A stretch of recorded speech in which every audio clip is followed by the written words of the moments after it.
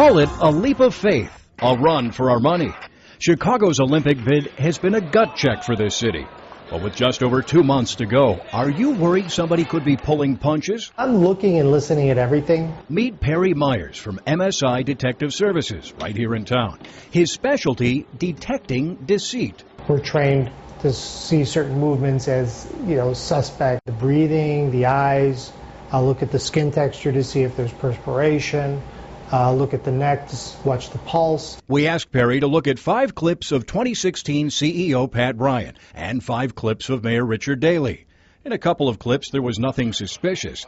But in others, Perry felt they were being less than forthcoming.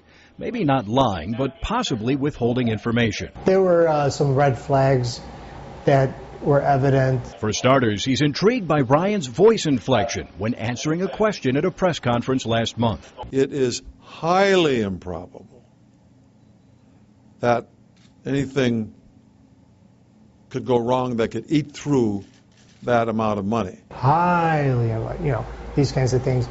It may be something that you'd want to examine or think about. Perry says Ryan's exaggerated tone is often used by people when they're overcompensating for overstating the truth. There's no full disclosure there. Another eye-opener for Perry, Ryan's eye movements at a press conference in January of '08 when discussing the legacy of the Olympic Village. A couple times when he looked up into the air where there wasn't any one. So, my interpretation that he's a trained speaker.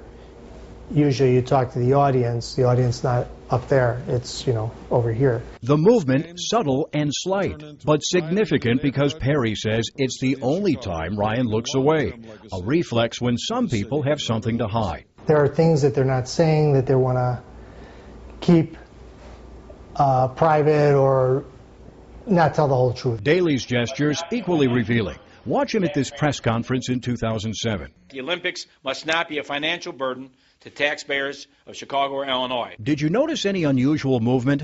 Watch again. He touched the side of his face one time. It's an unusual gesture.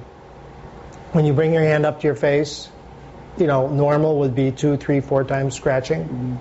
But when you bring it up, you rarely go like that.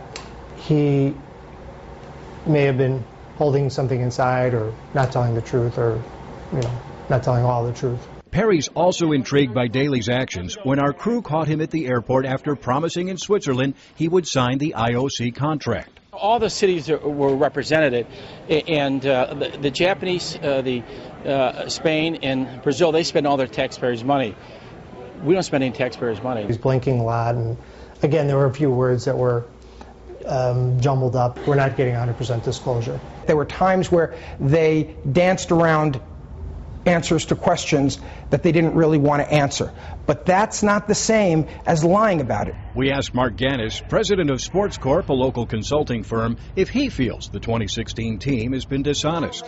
He tells us he doesn't believe they've been misleading, but at times they've had to be careful not to give up sensitive information to the competition.